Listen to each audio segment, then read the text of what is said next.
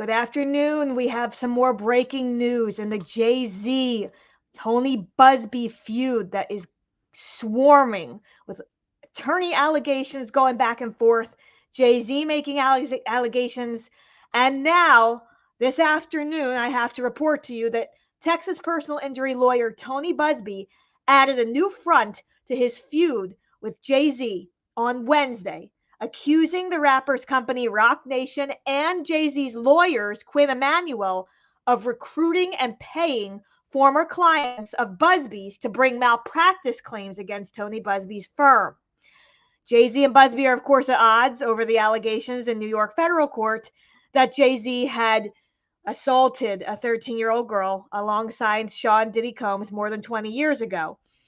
Jay-Z has denied these claims vehemently, and he has not been quiet. He has launched a counterattack back at Busby, accusing the lawyer of being on an ambulance chaser and being on a civil litigation spree and trying to exploit the situation that's happening with Sean Diddy Combs and his indictment in federal court. So essentially, Busby already has a pending Texas state court lawsuit claiming that Jay-Z's longtime law firm, Quinn Emanuel, has harassed his employees and clients in retribution for the New York case that he filed against Jay-Z. And Tony Busby has now upped the ante on these allegations on Wednesday, filing a new complaint in Texas on behalf of a former client that is alleging that Rock Nation, Quinn Emanuel, and attorney Marcy Croft of MJ Legal PA are recruiting and paying former clients for a litigation campaign against him. Quote, defendants have conspired to obstruct justice by engaging shadowy operatives to illegally seek out more than 24 current and former clients of the Busby law firm to convince those clients to bring frivolous claims against the Busby law firm, end quote, the lawsuit says. Defendant Rock Nation, which is Jay-Z's company, is financing the effort, says Busby. Its attorneys, Marcy Croft and Quinn Emanuel, are orchestrating the effort. In Wednesday's complaint, plaintiff Gerardo Garcia, a former Busby law firm client, alleges that he was approached by a private investigator claiming to work for the state of Texas. This investigator, whose name is Jessica Santiago, allegedly tried to convince Garcia to join a class action lawsuit that was accusing Busby of stealing from maritime injury clients. Garcia says that he recorded his call with Santiago, and a transcript of the call shows the investigator allegedly explaining that their class action suit would accuse Busby of taking injured seamen's checks and loaning the money back to clients with interest. Claims that match two recent single plaintiff complaints filed in Louisiana federal court. Oh my gosh, friends, this is pretty serious. The suit also includes an affidavit from another former Busby client saying that she was offered $10,000 to bring litigation against the firm, and a transcript of investigators supposedly telling a different ex-client of Tony Busby's that they, quote, gave the kid $1,000 to start yesterday. Garcia's suit lodges claims against Rock Nation, which is Jay-Z's company, Quinn Emanuel, which is the law firm representing Jay-Z, Marcy Croft, which is an attorney at Quinn Emanuel, MJ Legal, and Santiago for illegal solicitation and civil conspiracy. It warns that more illegal actions are coming down the pike. Quote, this is just one of multiple cases to be filed by plaintiffs who have been illegally solicited by investigators working as part of a cabal headquartered in New York City, Garcia's complaint said. Their behavior will have consequences both civilly and criminally. In a statement on Wednesday, Tony Busby said the conduct that is alleged in Garcia's lawsuit was specifically targeted at his firm so that they would not pursue cases related to the Diddy litigation. Because as you know, friends, as we've been covering on this channel, as we've been covering on this channel, Tony Busby's law firm represents or claims to represent almost 20 different plaintiffs who are alleging that they were in some way victimized by Sean Diddy Combs. So Tony Busby his law firm is at severe odds with not only Jay-Z and his law firm, but Sean Combs and his law firm. So I'm going to walk you through this pleading because I have this pleading. I have all of the attachments here queued up to show you, friends, that have all of the exhibits, including the transcript and the affidavit that is being referenced in this article. I also have the transcript of the audio phone call that transpired between one of Tony Busby's ex-clients, who's alleging that he was solicited by Quinn Emanuel, someone associated with them, a private investigator, to bring claims against Tony Busby. I also have a transcript between Geraldo Garcia and Jessica Santiago, the alleged investigator. And I also have the original complaint that was filed. So I have all of these filings here, and we're going to walk through them together because Jay-Z's lawyers are earning their fees, friends. They are earning those legal fees. They are hard at work. And Tony Busby is not taking this quietly. He's a former Marine. He has struck back. And look at these legal filings, friends. Look at all this briefing. We're going to walk through everything. I'm going to read through it with you and go over it. So basically, as has been reported in news articles, Busby said that the conduct that is alleged in Garcia's lawsuit was specifically targeted at his firm so that they would not pursue cases related to the Sean Diddy litigation. Basically, Busby is saying that they're trying to intimidate him to back down and not stand up on behalf of the victims who are allegedly victims of Sean Combs. Quote, these folks have stooped to a new low to try to intimidate the lawyers of the Busby law firm from doing their important work, Tony Busby said, but we will not be bullied or intimidated. The defendants overstepped. They got sloppy and stupidly got caught in their illegal scheme on tape. Tony Busby is pulling out the receipts, friends. He's saying, we caught you on tape because some of these clients who you were soliciting, these former clients, have recorded your investigators. I can't wait to see that, my friends. A spokesperson for Rock Nation, which is Jay-Z's company, said, dismissed the allegations as false. They're denying it. Tony Busby's baloney lawsuit against Rock Nation is nothing but another sham, the Rock Nation spokesperson said on Wednesday. It's a pathetic attempt to distract and deflect attention. This sideshow won't change the ultimate outcome, and true justice will be served soon. A Quinn Emanuel spokesperson said on Wednesday that Busby's frivolous lawsuit is an attempt to distract from his other frivolous lawsuits. We have no idea what you're talking about, Quinn Emanuel added. Oh, that's great. Everybody's just claiming not to know. Quote, Tony Busby has now conjured up fantastical allegations against me and my firm, well-known corruption fighters, in a desperate attempt to distract from his mounting legal woes, Marcy Croft said in her own statement.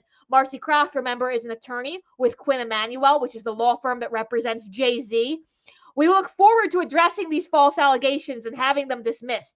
Santiago, the investigator, could not be immediately reached for comment Wednesday.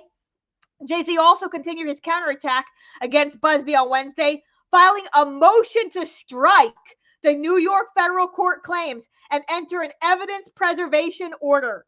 The motion doubled down on Jay-Z's allegations last week that his anonymous accuser's recent interview with NBC News reveals glaring inaccuracies and outright impossibilities in her story, slamming Busby for failing to properly vet the claims.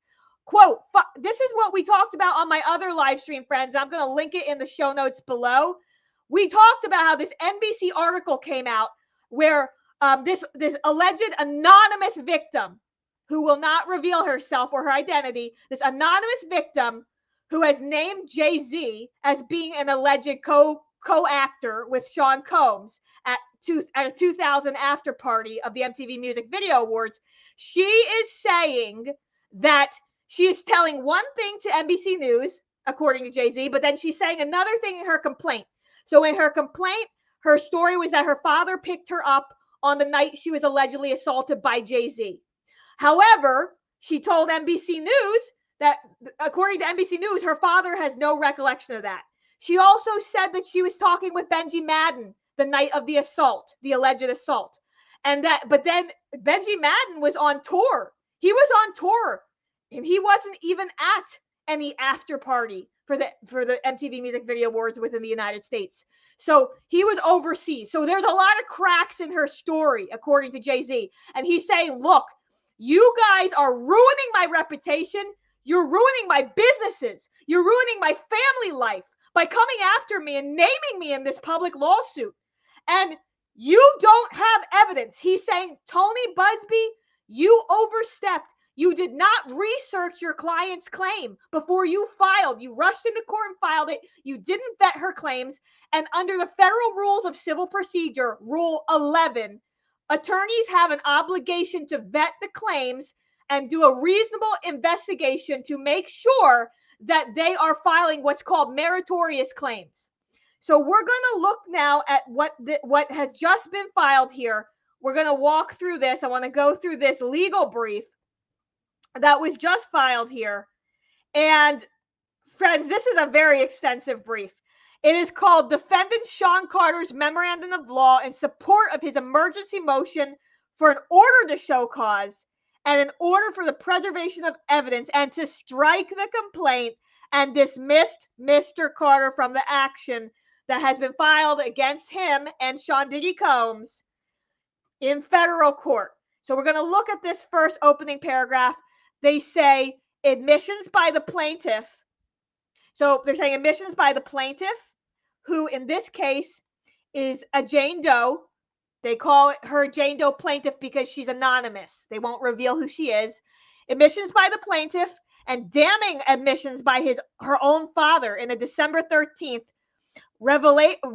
revelatory NBC interview cast yet further doubt on a claim that was obviously false from the start. The timeline, location, and occurrence of events alleged in plaintiff's complaint are rendered impossible by these admissions. She claims her father picked her up after the assault. He ever taken that 5-hour trip. That's a big spelling error. That's a big typo his attorneys made. Come on, Jay-Z's attorneys. For all the money you're being paid, you can correct that typo. It was supposed to say he never took that 5-hour trip. Anyways, she claims she spoke with musician Benji Madden that night. He was not even in New York. She claims the assault took place at an after party hosted in a private residence. However, photos show Mr. Carter, Jay-Z, at an after party at a nightclub. When pressed by NBC about these inaccuracies, the plaintiff was forced to admit, I made some mistakes. I have made some mistakes. I may have made a mistake in identifying. Not all the faces there are so clear. And even that she was guessing about key details, including the time it took to reach the venue. What is more, the anonymous alleged victim of Jay-Z admits that she does not have a single corroborating witness over the last 24 years. Plaintiff's unsupported allegations crumble under scrutiny as the evidence and lack thereof reveals glaring inaccuracies and outright impossibilities in her story. Her account describes a jumbotron at the scene of the Music Video Awards, but according to New York Police Department sources and MTV producers, no such jumbotron existed. MTV applied for a permit to install one, but was denied. She references a house that supposedly fits the description of the location of the alleged assault, but no such house exists. And plaintiff's allegations became even more dubious when considering the nightclub evidence. Photos from the night in question show Mr. Combs and Ms. Jennifer Lopez at both Lotus and Twirl clubs in New York. So let me flip this to the next page so you can read along with me, friends.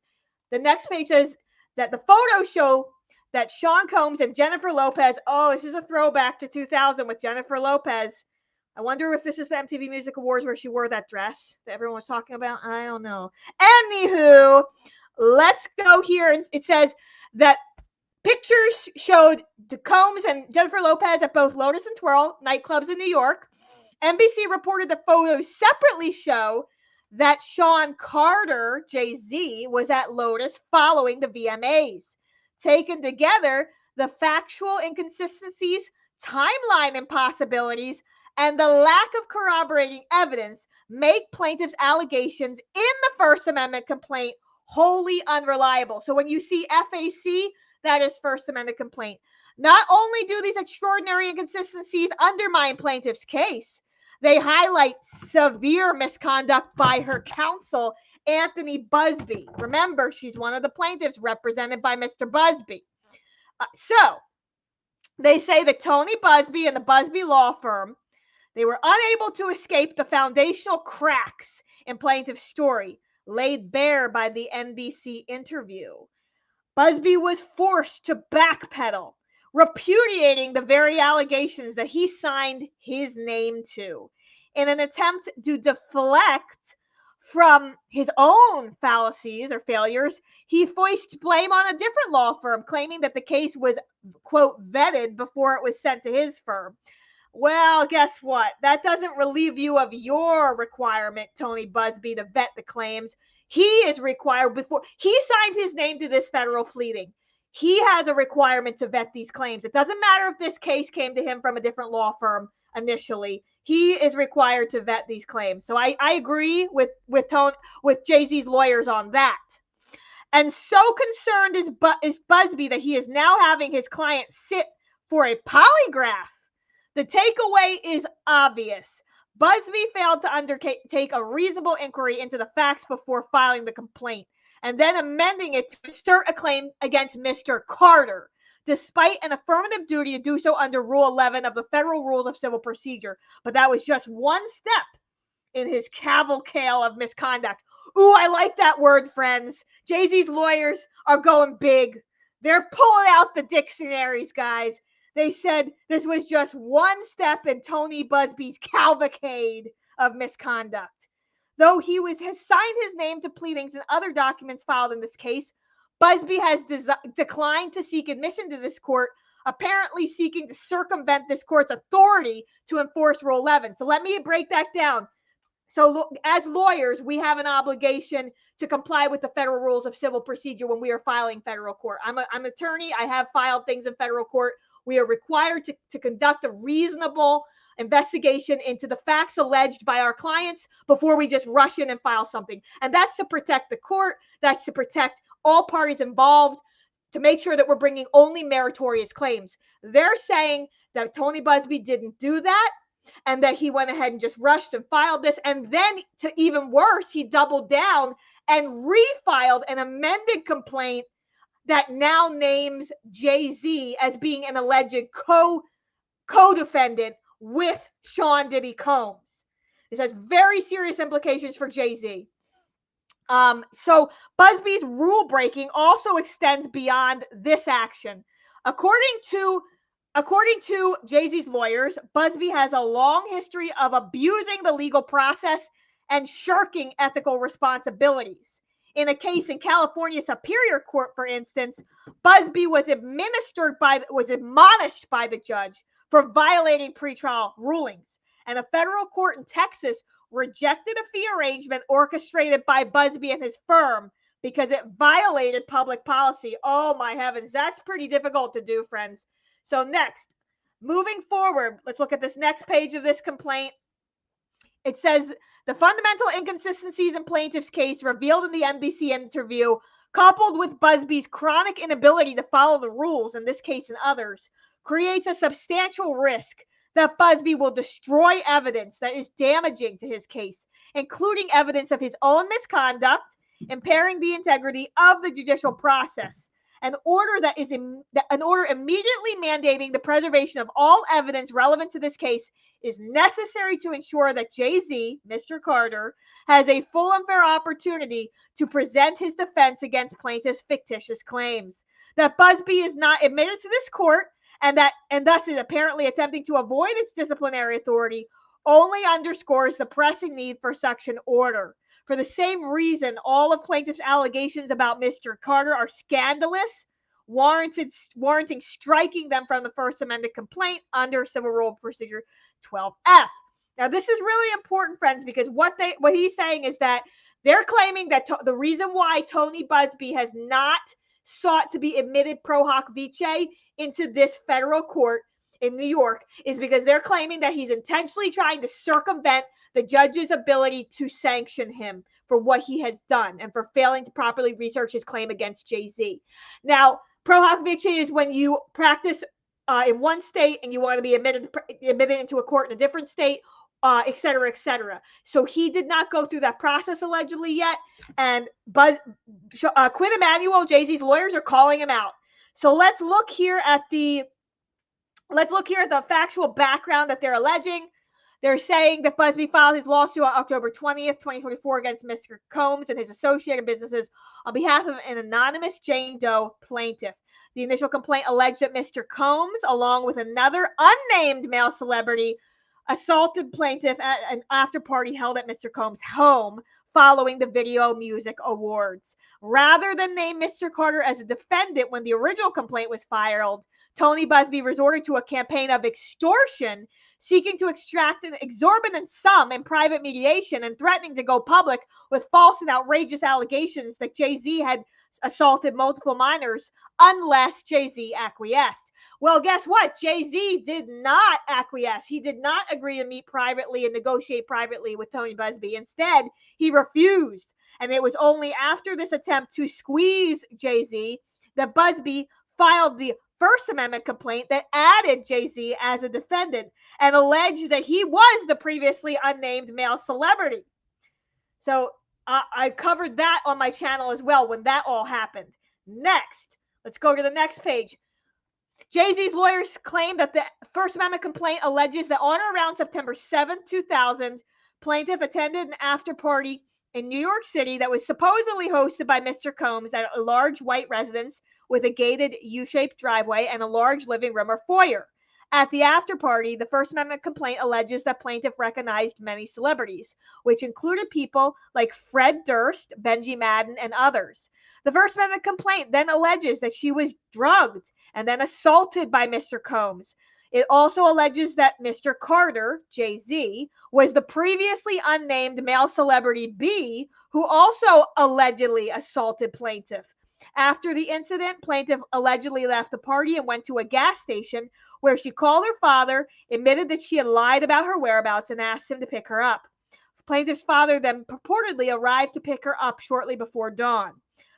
Just 5 days before Busby filed the First Amendment complaint containing these scandalous allegations, NBC News published a story containing excerpts of interviews that its reporters held with plaintiff, who's the anonymous alleged victim, and her father, and presenting other information that severely undermines the merits of this lawsuit.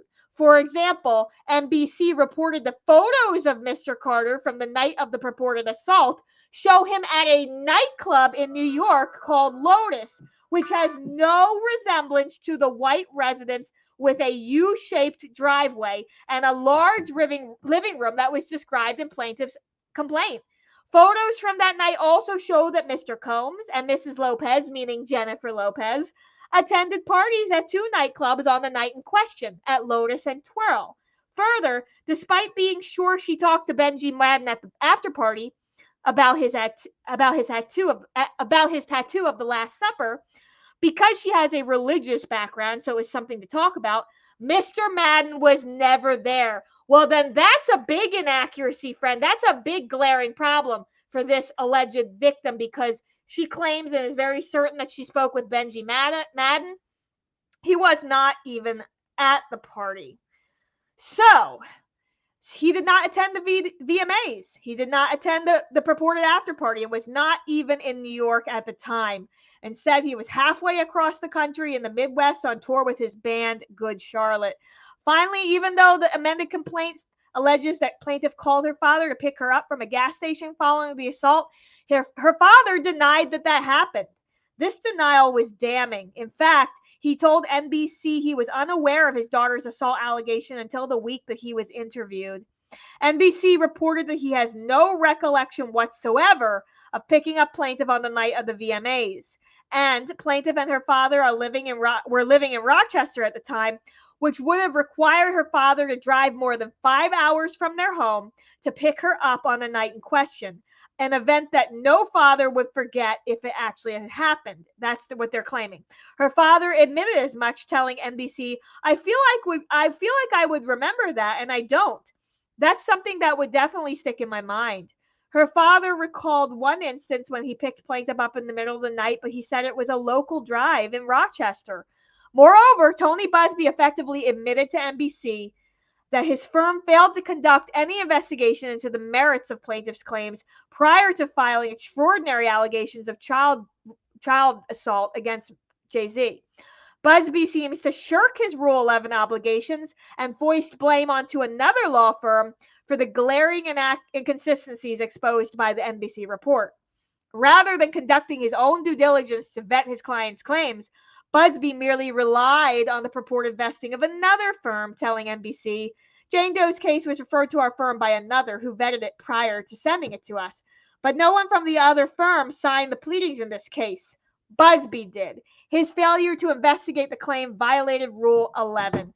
Further, as explained in the letter that Jay-Z filed with this court on December 13th, which we did go over, friends, in my other video, you can check out my other live stream on that.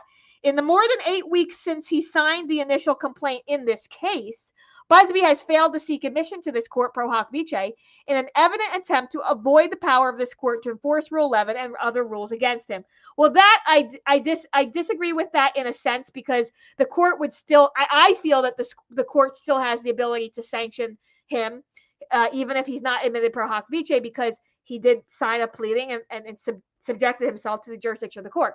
So bottom line is, I find that argument less persuasive. Next, Busby's gross violation of Rule 11 in this case and his failure to comply with this court's admission requirements are just the most recent examples in a long line of litigation misconduct, according to Quinn Emanuel, Jay-Z's lawyers. For instance, Tony Busby and his firm were recently accused of violating the rules of professional conduct by 3 former clients for his deceitful conduct. What is more, according to a former client of Busby, the Busby law firm dropped her as a client after she resisted the firm's efforts to pressure her to adopt a false narrative of her experiences as a victim of trafficking by celebrities unrelated to this case. Specifically, the Busby law firm pressed her to confirm that she was drugged, held down, pushed, and physically assaulted, all false details. Moreover, she was repeatedly asked for a connection to Mr. Combs, though she made clear her case was unrelated to him. And already in this case, he violated Rule 34E of the New York Rules of Professional Conduct that prohibits attorneys from threatening to present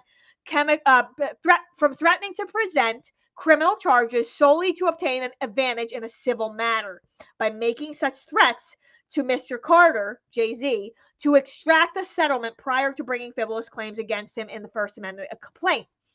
Tony Busby also has a track record of employing suspect tactics to gain an unfair advantage in the course of litigation, says Jay-Z's lawyers. I think the kids nowadays say that's sus. He's pretty sus. Because Tony Busby frequently serves clients on a contingency fee arrangement, he has a personal stake in the outcome of his case and has demonstrated his creativity in stepping over the line to protect his own interests. And that's not what an attorney is to do. An attorney is to protect the interests of his clients, not his own interests. So, next. Jay-Z's lawyers say that in one notable case, a federal court invalidated a referral agreement between Busby and a known fact witness in the case as invalid as a matter of public policy, which entitled the witness to 15% of the gross attorney's fees awarded if Busby's client was victorious. OMG. Yeah, that's not permissible. In another unscrupulous tactic, in order to get a case heard in a favorable venue, the Busby firm submitted venue pleadings and a client affidavit characterized at best incorrect and at worst fraudulent. After the defendant's counsel notified Busby's firm that his clients misrepresented facts that affected the trial court's venue determination, Busby unilaterally non-suited the case and refiled a substantially similar case in another favorable venue. Oh, Madonna, friends. So I'm not sitting as judge and jury here. I'm just saying this is what Jay-Z's lawyers are claiming against Tony Busby. We don't know if these allegations are necessarily all true, but this is what Jay-Z's lawyers have put to writing in this court filing against Tony Busby. According to Jay-Z's lawyers, Busby has demonstrated a lack of respect for and willingness to violate judicial order. In one case, Busby allegedly baselessly accused former baseball player Scott Erickson of being to blame for a murder while representing criminal defendant Rebecca Grossman. He falsely claimed Erickson was the driver who hit and killed two young boys and was hiding in the bushes after the fatal act, despite no evidence to support this assertion.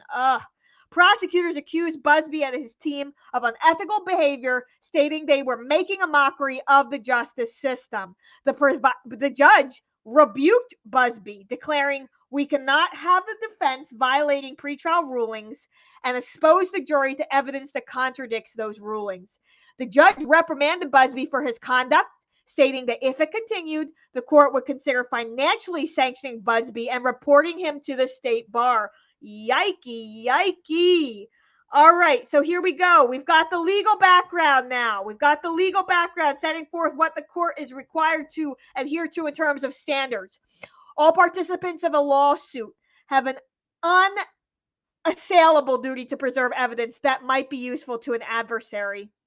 So basically, they're saying that the lawyers here, Busby, have an obligation not to destroy evidence. That would be called spoliation of evidence. They have a lawyer to preserve things, even if those things could be harmful to them, if they are relevant to the case. So essentially, the lawyers are setting forth the legal standard for the issuance of a preservation order. They're asking the court to enter a preservation order here and require Busby to preserve evidence that is potentially relevant to this case. So let's look at their arguments. We're going to go quickly through their arguments here, friends. The first argument is that Sean Carter faces a significant risk that Busby will destroy relevant evidence. They're essentially saying that his conduct has been reprehensible.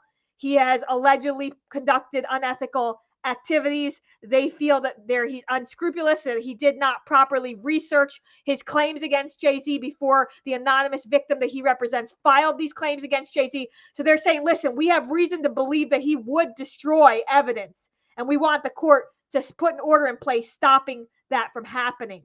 So next, argument B, absent a preservation order, Mr. Carter's right to conduct full discovery will be irreparably harmed.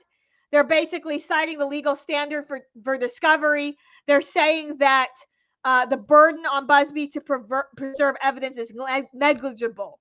So they're going through the legal test here, friends, for why they need this preservation order. They are also asking the court on the next page to strike the complaint as regards to Jay-Z. Because remember, Tony Busby filed an amended complaint in New York federal court that names Jay-Z and names Sean Diddy Combs. So Jay-Z is saying, you should never file it against me. You didn't have merit to do so. You didn't do your research, Tony Busby, and now I want to be removed. I want this complaint to be stricken. It's ruining my reputation.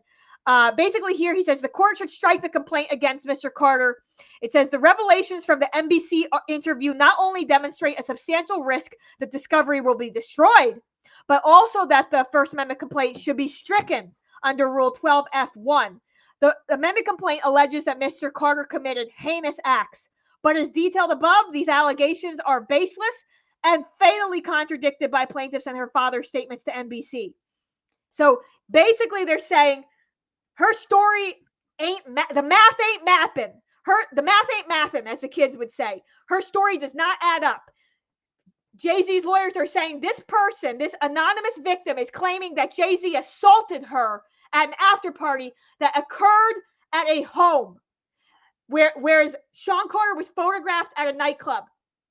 They're saying that she says that her father came and picked her up in her complaint, but her father claims to NBC that he never did that he has no recollection of ever picking her up.